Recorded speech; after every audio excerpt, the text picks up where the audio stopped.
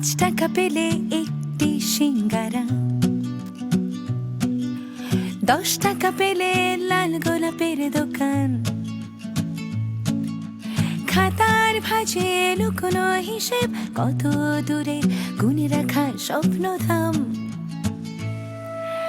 আমরাই তো middle class, ফুটপাতের শোকেসে মুখ, হিসেবে সব ভালোবাসা, তবু মনের ভেতর দুঃখ।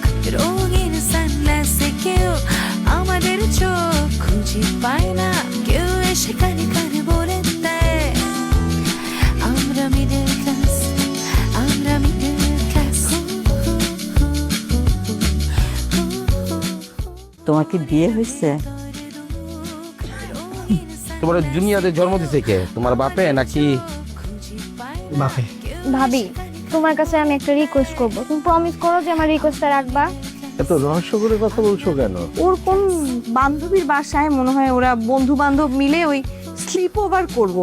ভাইয়া আপনারা কিছু খাইবেন সাফানি ভাইয়া? তোরে যেটা খুঁজছি এটা কর। এটা তোমার জন্য। আরে কি বলতেছো? আমি তোর পান বানাইতেছিলাম, তুমি খাবা নাকি পান? না, পান খাই না। আচ্ছা ঠিক আছে, তাহলে আমি আজকে আইসক্রিম খাই। তারপর কি ব্যাপার বলো তো, আজকে কেমনে আসলে আমার রুমে? নাইলে তো সবসময় অপুর রুমে, তারপর তোমার খালার রুমে, নাইলে আপার রুমে। আমার এখানে তো কখনো তুমি আসো না। কেন, আমি কি আমার ভাবির রুমে আসতে পারি না? 100 বার পারো, কিন্তু আসো তো না। গল্প টল্প করতে পারি না তোমার লগে, ভালোই লাগতেছে। তো কি অবস্থা, কেমন যাইতেছে তোমাদের? যেমন যায় আর কি, সেরকমই যাচ্ছে। তোমার একটা কথা কই, তুমি তো এই বাড়িরই একজন সদস্যের মতো, কিন্তু তোমার জন্য না আমার অনেক খারাপ লাগে। কেন, আমার জন্য খারাপ লাগে কেন তোমার? অপুর সাথে তোমার কি সুন্দর একটা সম্পর্ক আছে, তুমি নিশ্চয়ই একটা ভবিষ্যৎ দেখতেছো তোমাদের, কিন্তু এই সম্পর্কে যে কোনো ভবিষ্যৎ নাই, এটা ভাইবাই আমার খুব খারাপ লাগে। ভবিষ্যৎ নাই কেন? কিছু হয়েছে? কেন, তোমারে অপু কিছু বলে নাই? অপু মানে কোন বিষয়ে বলবে আমাকে ভাবি? নুসরাত আপার ব্যাপারে কোনো কিছু কয় নাই? না, আমি আসলে ঠিক বুঝে উঠতে পারছি না, আমাকে একটু ভেঙে বলবা? দেখছো তুমি কেমন কাছের মানুষ হইলা, তোমারে কিচ্ছু কয় নাই। ওরা ভাই বোন সবকিছু নিজেদের মধ্যেই রাখছে। কিন্তু আমি তোমারে বলতে চাই, একটা মেয়ে হয়ে তো আমি মেয়ের জীবন নষ্ট করতে পারি না। নুসরাত আপা যে একটার পর একটা বিয়ে ভাঙ্গা যাইতেছে, এই যে খালাম্মা তার জন্য এত এত প্রস্তাব নিয়ে আসে, কিন্তু সবগুলা ভাঙ্গা যায়, এটার কারণ কি তুমি জানো? নুসরাত আপা নিজের ভিডিও লিংক নিজেই ছাইড়া দেয়। কিন্তু কেন? কারণ তার সাথে অন্য একটা ছেলের যে সম্পর্ক আছে, যার সাথে সেই ভিডিওটা আপা নিজেই ছাড়তেছে যাতে বিয়ে ভাঙ্গা যায়, ওই ছেলের এসে বিয়ে করতে পারে। কিন্তু এতটুকু হইলেও ঠিক আছিল, ঘটনা তো এখন অন্যদিকে ঘুরে গেছে। কোন দিকে? ওই ছেলে তো তারে আর বিয়ে করবে না, মানে তার পরিবারও তারে বিয়ে করতে চায় না। এদিকে নুসরাত আপার বিয়ে না হইলে অপু তোমারে বিয়ে করবে না। এই কারণেই কইতেছি, তুমি যে উপরে নিয়ে স্বপ্ন দেখতেছো, এই স্বপ্ন মনে হয় পূরণ হবে না। দেখতেছো না, নুসরাত আপা এই সময় বিয়ে শাদী না করে চাকরি বাকরি করতেছে, ওনার তো বিয়ে শাদীর কোনো ঠিক ঠিকানাই নাই। আর উনি যদি বিয়ে না করে, তোমার আর উপর বিয়ে কেমনে হবে কও? ভাবি প্লিজ, তুমি ফাইজলামি করো না। তুমি যা বলতেছো সত্যি বলতেছো, প্লিজ ফাইজলামি করো। তুমি জানো এটা অনেক সেনসিটিভ একটা বিষয়, তাই না? আমি জানি এটা অনেক সেনসিটিভ বিষয়, এবং আমি না বলে তোমার নিশ্চয়ই কেউ বলতো না। এই যে এতদিন পর্যন্ত অপু তোমারে বলে নাই। তবে আমার কাছে একটা উপায় আছে, মানে আমি তোমারে যেমনে বলবো অমনে যদি তুমি চলতে পারো, তাইলে মনে হয় সমস্যাটা সমাধান হইতে পারে।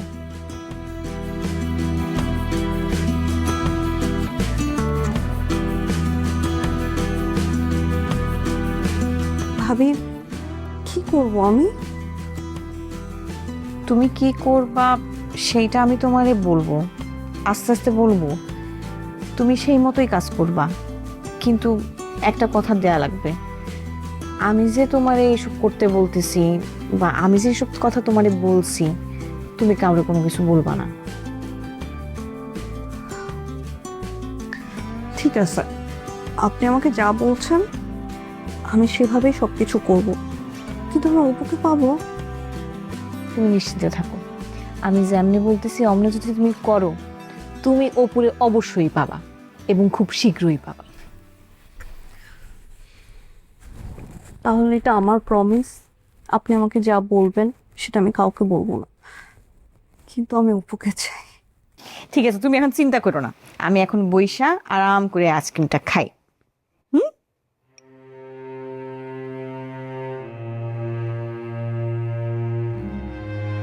হুম হুম তুমি তো খাও, কিলো খাও। আমি খাবো না, তুমি খাও। আচ্ছা ঠিক আছে।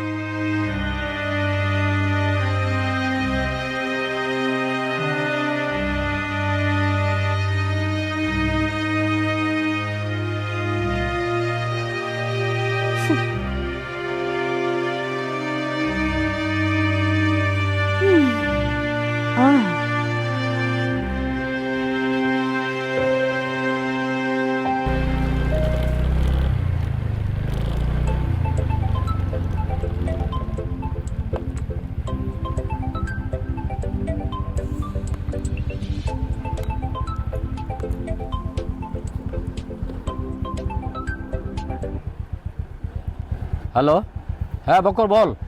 দুলাভাই, দুলাভাই আপনি কোথায় আছেন? আরে আমি কই আছি সেটা পরের কথা, তুই একটু আসতে বল, নাহলে তো দোমাটকে মারা যাবি, আসতে বল। আরে অফিসের লোকজন আসে, আরে হুমকি দিয়ে গেছে, 7 দিন সময় দিয়ে গেছে, অফিস ছাড়ানোর নাই।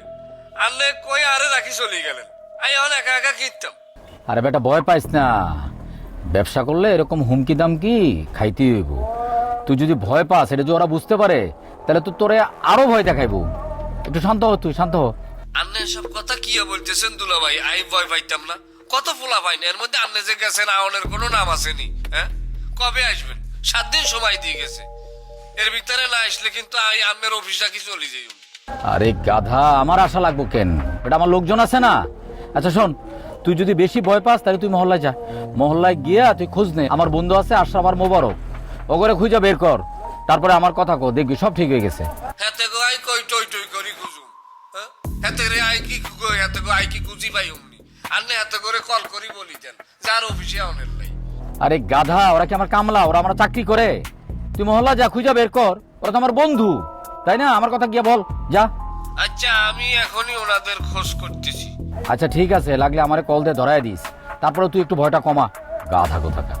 আরে দুলাভাই, আপনি যদি দেখতেন ফোলাবান গুলা কি আচরণ করছে, দুলাভাই আরে খাইয়া আলানের লাইছে বুঝছেন। আচ্ছা ঠিক আছে, আমি আইসা দেখবো না। ঠিক আছে, তুই এখন যা, তোর যেটা কইছি ওইটা কর, রাখ রাখ রাখ। ঠিক আছে, আপনি তাড়াতাড়ি চলে আইয়েন। গাধা খালি ভয় পায়।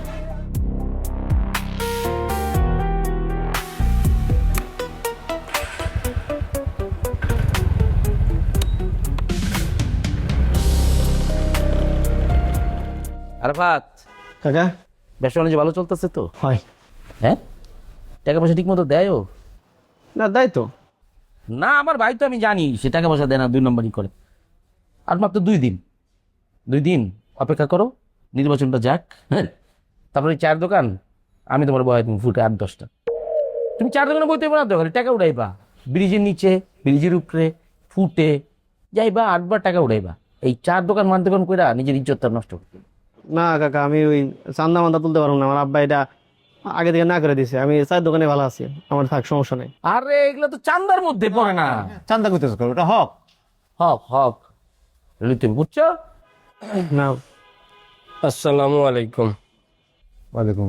বিয়াই ভালো আছেন নি আপনারা? হাসি বিয়ে কি মন খারাপ নাকি? মন, হ্যাঁ একটু মন খারাপ আছে, একটু প্রেশানির মধ্যে আছি। আরে কি কি হয়েছে? কি কি হয়েছে? হইছে মবিন ভাই তো এলাকায় নাই, তা তো ভালো করে জানেন। হেতে না থাকার কারণে আর উপর একটু প্রেশার বেশি পড়ে গেছে। প্রেশার পড়নের কারণ হইলো এক ক্লায়েন্ট খুব ঝামেলা করতেছে ভাই। কেডাই ক্লাইন্ট কেডাই? ক্লায়েন্ট হইলো হেতের যে বিল্ডিং করণের যে সময়সীমা, হেতে বলতেছে এই সময়সীমার ভিতরে যদি না করি দিতে পারি তাইলে এতে ঝামেলা করব, পার্টির পোলাপান লই ডিস্টার্ব করব, আইনগত ব্যবস্থা নিব, বিভিন্নভাবে এতে প্রেশার ক্রিয়েট করতেছে আর কি।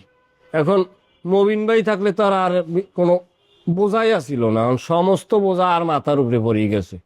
এই সমস্ত বোঝার ভাল লই প্রেশানিতে পড়ে গেছে। এই কেডাই রে? সেটাই তো খবর নিতে হইব। তো চল যাই। আমরা গেলে তো পুলিশ মেশিন কোথায় যেতে পারে, পোলা আমাকে কাজে লাগা স্টেশন। ও বিয়াই, এই আপনি কোনো চিন্তা করেন না, আমার কাছে অনেক পোলাপাইন আছে, পাঠাই দেবো। অফিসের নিচে 200-250 পোলাপাইন থাকবো, বুঝছেন?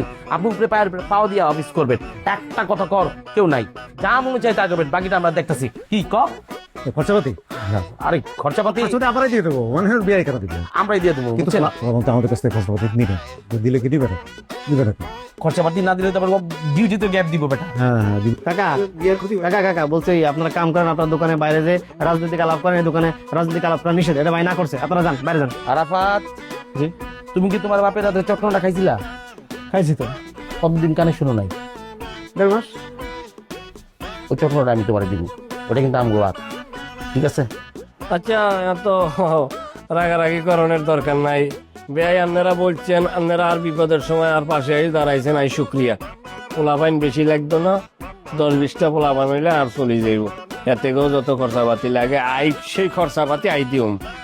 ভাই বেআই ভালো আছেন নি? ভালো আছে, ভালো আছে। কি সমস্যা, কিসের খরচাপাতি দিবেন আপনি? ও বেআই একটু ঝামেলায় পড়ে গেছি।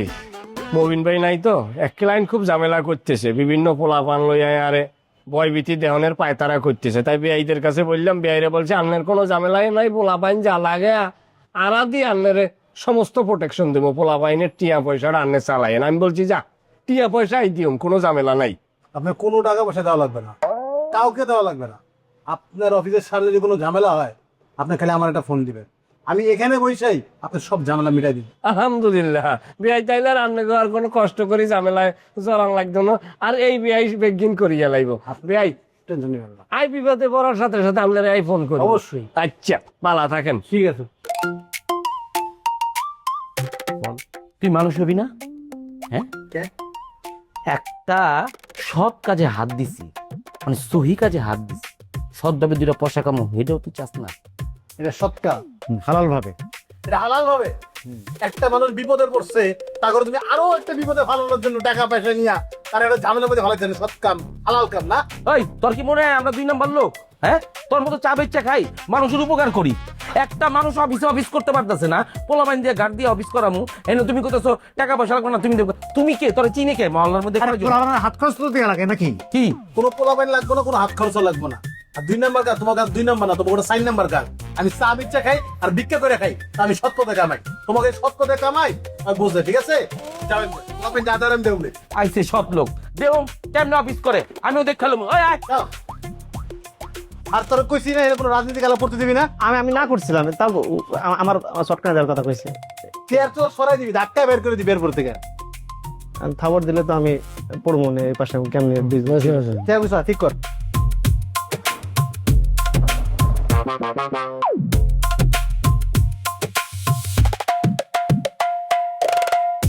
দেখা কিনা হয়েছে আজকে? হয়েছে।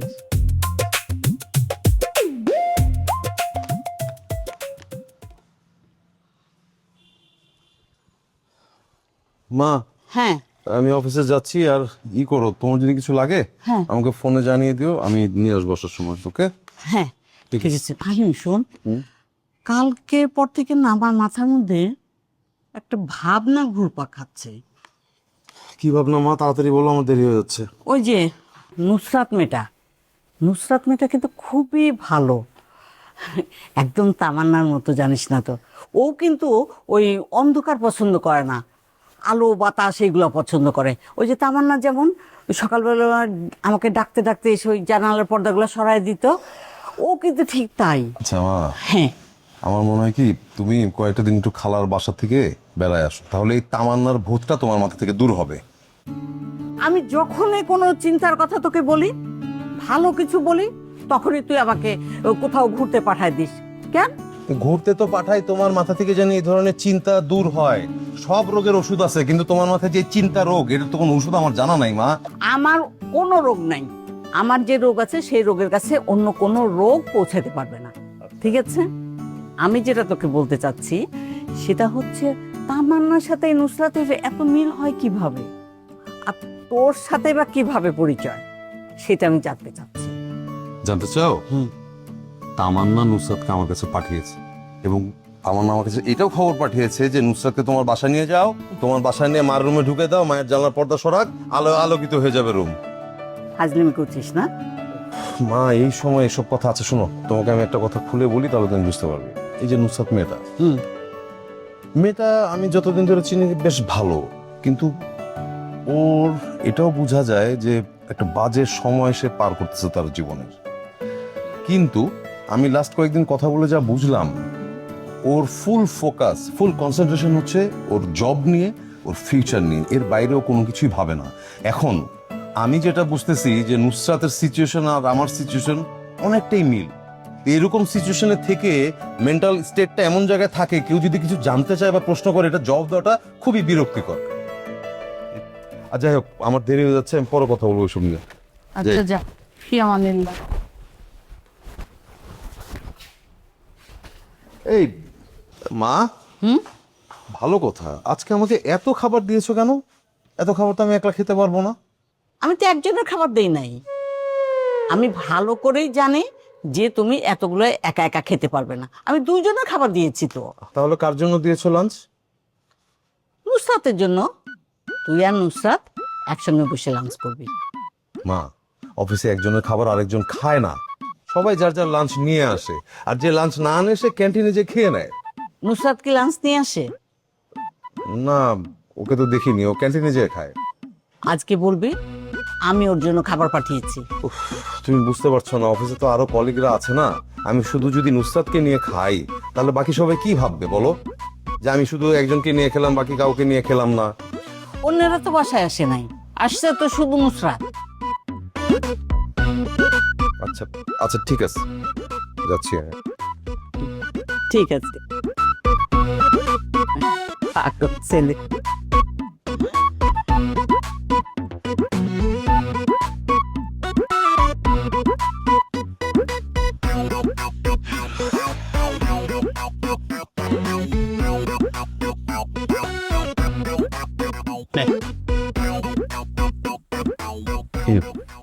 আমার ব্যবসা লেগে তুই টাকা দিছিস না, ওটা কিছু অংশ ফেরত দিলাম, যদিও অনেক দেরি হয়ে গেছে, আর একটু বেশি দিলে ভালোই তো, কিন্তু এই নতুন দোকানটা দিতে গিয়ে আরো কিছু খরচ হয়ে গেছে তো, যার কারণে দিতে পারিনি। আপাতত এটা রাখ নে।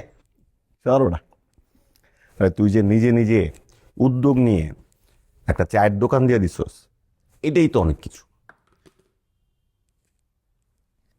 তুই ছোটবেলা থেকে বলতি না যে ব্যবসা করতে হবে, ব্যবসা করতে হবে, ব্যবসা করতে হবে। ফাইনালি মামা তুমি একটা ব্যবসা করে ফেলছো, তুমি কিন্তু একটা জাত ব্যবসায়ী, তাহলে কেউ তোমার কদর করলো না। এটা ভুল কথা, কেউ আমার কদর করলো না এই কথাটা মানতে পারলাম না।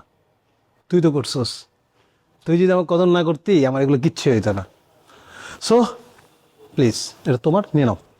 দৌড় বেড়া, আমার এখন টাকা লাগবে না, লাগলে আমি তোর কাছ থেকে চাই নিব। তুই বরং এই টাকা দিয়া একটু ডেকোরেশন মেকোরেশন ঠিক কর, একটু সিটিং অ্যারেঞ্জমেন্ট বাড়া না। কাস্টমার আছে তো, রাস্তায় দাঁড়ায় চা খাই, দেখতে ভালো লাগে। ওই 500 টাকা দে তো। দোকানে এর মতো বনি হয়নি। কিরে, বনি হয়েছে? হয়েছে তো ভাই, অনেক বছর হয়েছে। আপনি একটা লাঞ্চ শেয়ার করা নিয়ে এত নার্ভাস? একটু আমি কি তোমাদের খারাপ চাই? ভালো চাইতে তো কখনো দেখলাম না। আমার সিনার উপরে শুইবে, আমার কুলদের উপরে শুইবে, আমার ফেবরার উপরে তুমি শুইবে, বালিশ ছাড়া শুইবে মানে? ঠিক আছে। ও বাবা, কত পাল্টে গেছে।